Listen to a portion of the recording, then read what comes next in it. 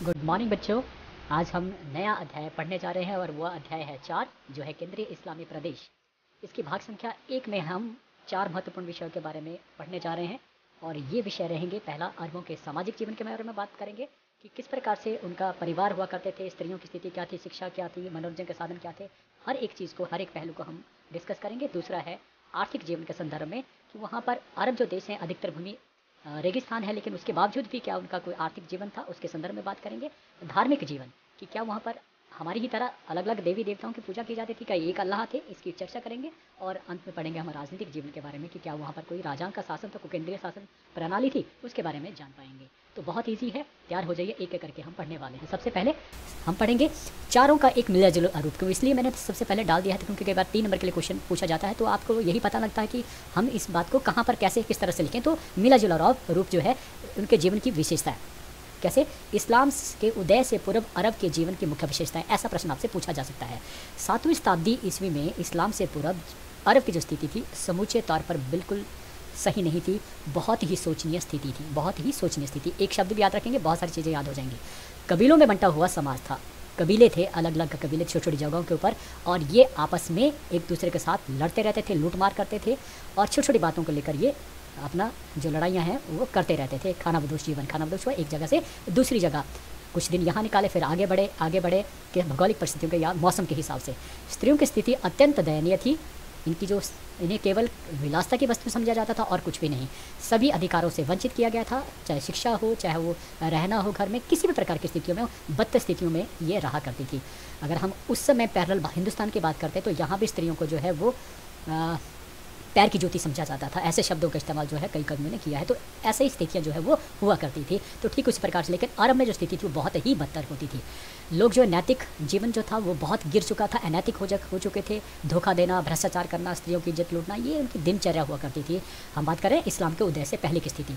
मूर्ति पूजा का व्यापक प्रचलन था और लगभग जहाँ पर मोहम्मद साहब जिन्होंने इस्लाम धर्म की स्थापना की, उनके समय मक्का में ही 360 देवी देवताओं की पूजा जो है की जाती थी। जिस प्रकार से आज हिंदू समाज में असंख्य देवी देवताओं की पूजा की जाती है, उसी प्रकार की स्थिति जो है वो 7वीं शताब्दी में कहाँ थी?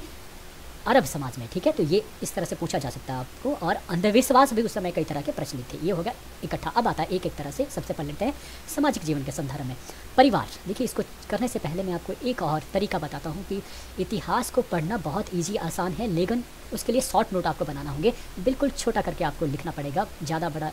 अगर जैसे मैं परिवार के बारे में बताता हूँ कि ये परिवार है, हेडिंग अगर इसको पढ़ना किताब में तो बहुत ज़्यादा है, लेकिन अगर इसको आप यहीं देखेंगे बिल्कुल कुछ ही अक्षरों में जो समा गया है, जैसे कि सुख परिवार, तो इसी से कंफर्म हो गया कि उस समय जो व्यवस्था थी अरब समाज में कैसे थे 7वीं शताब्दी में, कि संयुक्त परिवार की व्यवस्था थी। संयुक्त परिवार का मतलब होता था कि सभी, चाहे चाचा हो, ताया हो, जितने भी उस समय, क्योंकि 6-7 जो है भाई हुआ करते थे, तो सभी के जो आगे बच्चे हैं वो सभी इकट्ठे रहेंगे। जिस प्रकार से ये पिक्चर दी गई है, तो सभी एक ही छत के नीचे रहना, उसे कहा जाता है संयुक्त परिवार। तो उसमें ये व्यवस्था स्थापित थी। दूसरा कि परिवार का जो सबसे वयोवृद्ध व्यक्ति होता था वो परिवार का मुखिया होता था। तो पितृ प्रधान परिवार हो, पितृ प्रधान जिसमें पिता मुख्य होता है, इसलिए पुत्र का होना जो है वो अनिवार्य माना जाता था। ठीक है, तो कुछ एक शब्दों से बहुत सारा एक पैराग्राफ जो है बन जाता है, तो ये ख्याल रखना है।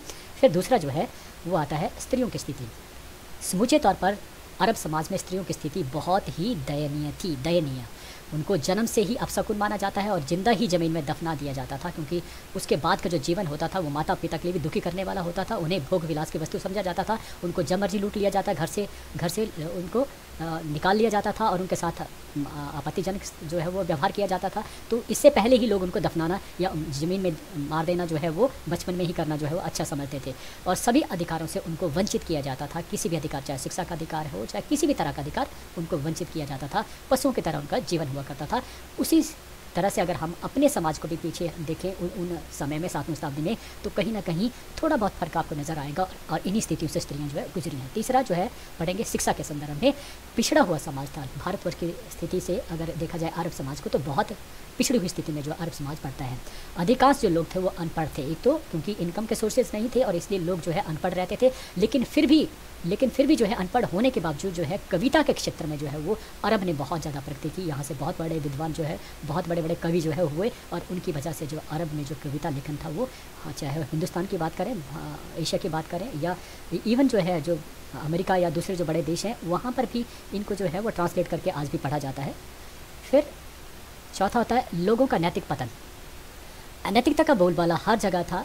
लूटमार करना या धोखा देना, शराब पीना, जुआ खेलना, स्त्रियों की इज्जत लूटना, अनैतिक संबंध बनाना, ये सारे कार्य उनके जो दिनचर्या के कार्य हुआ करते थे। कोई इसको बुरा नहीं समझता था। तो ये स्थिति थी कि लोगों को बुरे काम करते हुए भी जो है अंतर मन से जो है बुरा नहीं लगता था। तो ये कैसा था, ये होता है अनैतिकता का बोलबाला कि हर तरह का व्यक्ति जो है इस प्रकार के अनैतिक कार्य में जो है लगा हुआ था, जिससे जो है समाज का बहुत ही पतन हो चुका था नैतिकता के तौर पर। फिर 5 होता है मनोरंजन। उसमें मनोरंजन के साधन भी हुआ करते थे। बड़े जो लोग थे उनमें जैसे कि नृत्य गान करना, या जो छोटे लोग होते थे वो क्या करते थे, गिटार बजाना, बांसुरी बजाना, पशुओं की लड़ाइयाँ करवाना, शतरंज खेलना, ये बड़ों का जो है वो खेलने का एक जो है मनोरंजन का साधन था। शिकार खेलना, ये सारे जो है उनके मनोरंजन के साधन थे। छठा था वेशभूषा, जैसे चित्र में भी दिया गया है, क्योंकि जो परिस्थितियाँ होती है, भौगोलिक परिस्थितियाँ होती है, वो उन्हीं के अनुसार जो आदमी अपनी वेशभूषा भी बनाता है। क्योंकि वो अधिकतर गर्म है इसलिए ढीले ढाले कपड़े ही पहनता था। तो पुरुष जो है लंबे कुर्ते और पजामा और सिर पर पगड़ी सूरज की रोशनी से बचने के लिए, तथा स्त्रियों का सलवार और कमीज और बुर्का। मुख्य जो भोजन था ये उनकी वेशभूषा होगी। भोजन के संदर्भ में उनके 2 भोजन, एक खजूर और दूध, ये सबसे इंपॉर्टेंट उनकी लाइफ में है। इसके अतिरिक्त गेहूँ, बाजरा और अंगूर, खुमानी, सेब, बादाम और केले का प्रयोग भी वो करते थे। ऊंट, भेड़, बकरियाँ जिनको वो पालते थे उनका मांस भी खाते थे। 7वां आता है दास। बड़े जो अमीर लोग होते थे वो दास भी रखते थे, क्योंकि उनके पास पैसे की कमी नहीं थी। लेकिन साधारणतः लोगों के पास दास रखने की व्यवस्था नहीं थी। और दास जो होते थे वो मुख्यतः कैसे होते थे, युद्धबंदी, जो युद्ध में दूसरे अपोजिशन के जो सैनिक होते थे उनको पकड़ के दास बना लिया जाता था, या फिर जो गरीब लोग होते थे वो अपने बच्चों को बेच देते थे, या फिर कर्ज न चुकाने की स्थिति में भी वो अपने बच्चों को अमीर लोगों के घरों में दास के तौर पर जो है रख देते थे, और इन स्थितियों में दास जो है वो रहते थे। फिर आता है आर्थिक जीवन के संदर्भ में। आर्थिक जीवन के तौर पर जो है बहुत ही पिछड़ा हुआ था, जिसका कारण क्या था कि बंजर भूमि थी, बहुत कम भूमि थी जिसे जोता जा सकता था, और अधिकतर रेगिस्तान था। तो रेगिस्तान में कुछ भी पैदा नहीं होता है। तो इसलिए आर्थिक जीवन तौर पर अगर देखें कृषि के तौर पर तो बहुत ही पिछड़ा, बावजूद इसके आर्थिक क्षेत्र में काफ़ी उन्नति हुई, जिसके बारे में आपको आगे मैं बताऊँगा क्यों हुई आर्थिक उद्योगों के क्षेत्र में। कृषि के संदर्भ में बात करेंगे कि अधिकांश भूमि थी रेतीली थी, और लगभग 3 से 4 वर्षों में एक बार जो है वहाँ पर वर्षा होती थी, और बहुत कम नदियाँ थी। मुख्य फसल खजूर थी। इसके अतिरिक्त गेहूँ, बाजरा, अंगूर, खुमानी, खजूर या सेब, बादाम, केले का प्रयोग वो करते थे। यहाँ कम से कम भोजन, पानी और बुनियादी वस्तुओं की अनुपस्थिति के चलते बंजर जो रेगिस्तान था। तो जहाँ पानी नहीं होगा वो क्या होगी, अधिकतर भूमि रेगिस्तान होगी, मरुस्थली होगी। इसलिए कृषि जो है वो नामात्र की कृषि हुआ करती थी। दूसरा था उनका जो व्यवसाय था वो था पशुपालन। पशु में सबसे ज़्यादा जिसको वो पालते थे वो था ऊँट। इसके अलावा घोड़ा, भेड़, बकरी भी उनका जानवर था, लेकिन ऊँट को सर्वाधिक जो महत्वपूर्ण माना जाता था। क्यों? क्योंकि ऊँट की एक तो सबसे पहले वो गर्म इलाकों में 57 डिग्री अगर तापमान हो तब भी वो एक दिन में 160 किलोमीटर जो है वो रेगिस्तान में चल सकता है। रेगिस्तान में कोई और नहीं चल सकता, पैर धंस जाते हैं। लेकिन इनके जो पैर है वो काफ़ी चौड़े होते हैं नीचे से, इस कारण जो है वो धंसते नहीं और आसानी से चल सकते हैं, और बिना पानी पिए, ये बड़ी बात है। तो उन्हीं परिस्थितियों के अनुसार जो है वो ये जानवर बना है। इसे रेगिस्तान का जहाज़ कहा जाता है। और क्यों कहा जाता है उस संदर्भ में मैंने आपको कह दिया, रेगिस्तान में चल सकता है, दौड़ सकता है। और इसकी सबसे इंपॉर्टेंट खास बात है कि इसका दूध भी पिया जाता है, इसकी खाल का इस्तेमाल किया जाता है, इसका मांस का भी इस्तेमाल। ऊँट की कोई ऐसी चीज़ नहीं है जिसका इस्तेमाल वो नहीं करते हैं, इसलिए ये बहुत ही उपयोगी जानवर है अरब समाज में। फिर तीसरा आता है व्यापार। देखिए आर्थिक स्थिति इतनी कमज़ोर होने के बावजूद भी व्यापार की दृष्टि से अगर देखें उस समय आज की स्थिति देखें तो बिल्कुल डिफरेंट है। क्योंकि आज जो अरब समाज में एक तो वहाँ पर जो तेल के कुएं हैं वो मिले हैं, वहाँ पर तेल बहुत संख्या में निकाला जाता है, जो और वो बहुत कीमती है। पूरे पृथ्वी में कोई भी ऐसा देश नहीं है जहाँ पर जो है तेल की को आपूर्ति नहीं की जाती है, उसकी मांग बहुत ज़्यादा। इस कारण जो अरब देश आज बहुत अमीर है। लेकिन हम बात कर रहे हैं 7वीं शताब्दी में, जब वहाँ तेल के बारे में कोई पता ही नहीं था किसी को और ना उसकी आवश्यकता थी। तो उस समय जो है जो व्यापार था वो बहुत ही बुरी बदतर हालत में था, क्योंकि वहाँ पर लूटमार, अराजकता, व्यापारिक मार्ग जो सुरक्षित नहीं थे, इसलिए वहाँ पर व्यापार के बारे में कोई सोच नहीं सकता था। यातायात के कम साधन थे, तो इसलिए भी जो है व्यापार नहीं चल सका। फिर आता है धार्मिक जीवन के संदर्भ में। धार्मिक जीवन पिछड़ा हुआ। अल्लाह की अपेक्षा अनेक देव देवताओं की उपासना की जाती थी, जिसकी बात पहले भी हो चुकी थी। और मक्का में ही 360 देव देवताएं उसमें प्रचलित थी उनकी पूजा। और हुबल, याद रखना, हुबल उनका प्रमुख देवता हुआ करता था, हुबल। इसके बाद उनके अधिकांश जो अंधविश्वास थे वो भी प्रचलित थे। मृत्यु के पश्चात जीवन में विश्वास रखते थे, इसलिए वो दफनाते हुए उसकी बहुत सारी प्रिय वस्तुओं को साथ में रखते थे, ताकि उसके बाद भी आवश्यकता पड़ेगी, अनाज की आवश्यकता पड़ेगी, अनाज भी दफनाते थे। तो इस प्रकार का उनका धार्मिक जीवन रहा।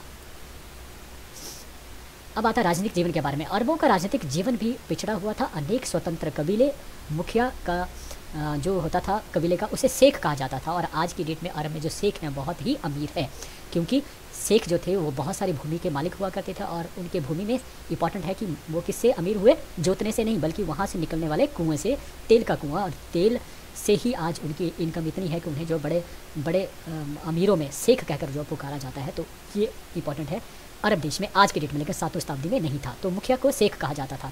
कोई केंद्रीय सत्ता नहीं, केंद्रीय सत्ता कि बहुत सारे कबीलों के ऊपर कोई राजा राज कर रहा होगा, ऐसी स्थिति उसमें नहीं थी। तो ये जो मुखिया थे ये आपस में लड़ते रहते एक दूसरे के, किसके लिए, चारागाहों के लिए, पशुओं के लिए, या भूमि के लिए, या पानी के लिए, या फिर पत्नी के लिए भी। पत्नी के लिए एक दूसरे की लड़कियों के लिए ले जाते थे और इसलिए भी लड़ाइयाँ होती रहती थी। तो इस प्रकार से लड़ाइयों की अलग अलग जो है वो उनके किन किन बातों के लिए लड़ते थे वो बता दिया गया। फिर देश में कोई एक कानून व्यवस्था नहीं थी और खून के बदले में खून की प्रथा जो है प्रचलित थी। ये कबीलाई व्यवस्था थी। निष्कर्ष तौर पर निकलता है कि सभी विवरण से स्पष्ट है कि इस्लाम के उदय से पूर्व अरब के लोग सामाजिक, आर्थिक, धार्मिक और राजनीतिक दृष्टिकोण से बहुत ही पिछड़े हुए लोग थे। अतः इसने अरब में इस्लाम के उदय का आधार तैयार किया। याद रखना, इस तरह से प्रश्न पूछा जा सकता है कि क्या परिस्थिति है जिसके कारण इस्लाम का उदय हुआ। देखिए, कोई धर्म अगर पहले से, देखिए बहुत सारे देवी देवताओं की पूजा की जाती थी, जैसे कि आज हिंदू समाज में की जाती है। बहुत असंख्य करोड़ों देवी देवता हैं जो हिंदू समाज में। तो कहीं ना कहीं ये असंख्य देवी देवताओं की पूजा किया जाना, लोग कहीं ना कहीं से आहत थे धार्मिक तौर पर, तो इसलिए नया धर्म को अपनाने में वो उन्होंने सहयोग किया। तो नया धर्म जब मोहम्मद लेकर आए तो उन्होंने उसे एक्सेप्ट किया। तो जो परिस्थितियाँ केवल धार्मिक ही नहीं, यहाँ बात करें, हमने सामाजिक की बात पढ़ा, सामाजिक तौर पर जो पिछड़ा हुई स्थिति थी, चाहे वो स्त्रियाँ थी, चाहे लोग थे, अनैतिक जीवन था, आर्थिक तौर पर भी कोई खास इनकम नहीं थी, इसलिए लोग जो दुखी थे। धार्मिक तौर पर हमने बात करी, राजनीतिक जो है केंद्रीय सत्ता नहीं थी। तो हर प्रकार की जो स्थितियाँ थी वो किसके लिए थी, इस्लाम के उदय के साथ चलने वाली परिस्थितियाँ थी, इसलिए इस्लाम का धर्म का उदय हुआ। आपसे जो प्रश्न पूछे जा सकते हैं, पूछा जा सकता है कि इस्लाम से पूर्व अरब की स्थिति कैसी थी, या फिर पूछा जा सकता है कि इस्लाम के उदय के कारण क्या थे, नया धर्म क्यों आया जबकि पहले से ही धर्म था। तो ये भी पूछा जा सकता है क्यों, क्योंकि जो स्थितियाँ थी, सामाजिक स्थिति का वर्णन, आर्थिक, धार्मिक या राजनीतिक, विशेषता धार्मिक स्थिति के बारे में भी अब वर्णित करेंगे तो वो भी काफ़ी हो जाएगा। लेकिन क्वेश्चन नंबर 3 है तो उतने ही शब्दों में अपने जवाब देना जितनी आवश्यकता है। फिर इस्लाम के उदय से पूर्व सामाजिक जीवन कैसा था, ये अलग से पूछा जा सकता है। धार्मिक जीवन कैसा था, या आर्थिक जीवन था, या राजनीतिक जीवन कैसा था, ये अलग अलग भी पूछा जा सकता है। इस तरह से असंख्य क्वेश्चन जो है वो यहाँ से 1 या 2 नंबर के हो सकते हैं। और अंत में बात करेंगे मंदिर हो या मस्जिद हो, गिरजे या गुरुद्वारे, सारे मिलकर ढूंढ रहे इंसान कहाँ है सारे, इंसान कहाँ है सारे। बहुत खूबसूरत कहा है। जितने भी मंदिर बने हैं, मस्जिद बने हैं, गुरुद्वारे बने हैं, वो ढूंढ रहे हैं कि इंसान कहाँ है, क्योंकि इन जगह के ऊपर वही लोग जाते हैं। मैं ये नहीं कहता इंसान भी जाते होंगे, लेकिन अधिकतर वो लोग जाते हैं जो हिंदू हैं, या तो मुसलमान हैं, या फिर जो है या फिर सिख हैं। क्या हमने इससे पहले, जब ये धर्म नहीं थे, क्या उससे पहले लोग नहीं थे? लोग थे, और ऐसे लोग थे जिन्हें इंसान कहा जाता था। वो एक दूसरे की सहायता करने से पहले धर्म को नहीं देखते थे। लेकिन आज एकमात्र किसी की आइडेंटिटी अगर हो गई है, वो केवल धर्म रह गया है। हम किसी की सहायता करने से पहले उसके धर्म को ढूंढते हैं। तो ये जो बात है, तभी तो हमें इंसान की आज आवश्यकता होगी। इसलिए बेहतर है, सबसे इम्पॉर्टेंट जो धर्म है वो है आपकी इंसानियत। तो एक ऐसा धर्म बनाओ जिसके बलबूते पर ये जो पूरा जहां, जिसको इतना खूबसूरत भगवान आपको दिया है, अन्यथा अनंतर करोड़ों की संपत्ति आपको दी है, बिना कोई पैसे से परमात्मा ने उसको और भी खूबसूरत बनाइए। आपके रहने के लिए ही बनी है, इसे तोड़ने के लिए नहीं, इसे खून खराबा करने के लिए नहीं। तो मैं चाहूँगा आप इससे भी हटकर जो इंसानियत धर्म है उसकी इज्जत करें, एक दूसरे की इज्जत करें, प्यार मोहब्बत से रहें, और इस धरा को आप बजाय ये सोचने की नरक है, इसको स्वर्ग बनाएं। इसी की मैं कामना करता हूँ। इन्हीं शब्दों के साथ कि आपने मुझे आज भी बड़े ध्यान से सुना, आप सबका बहुत बहुत धन्यवाद।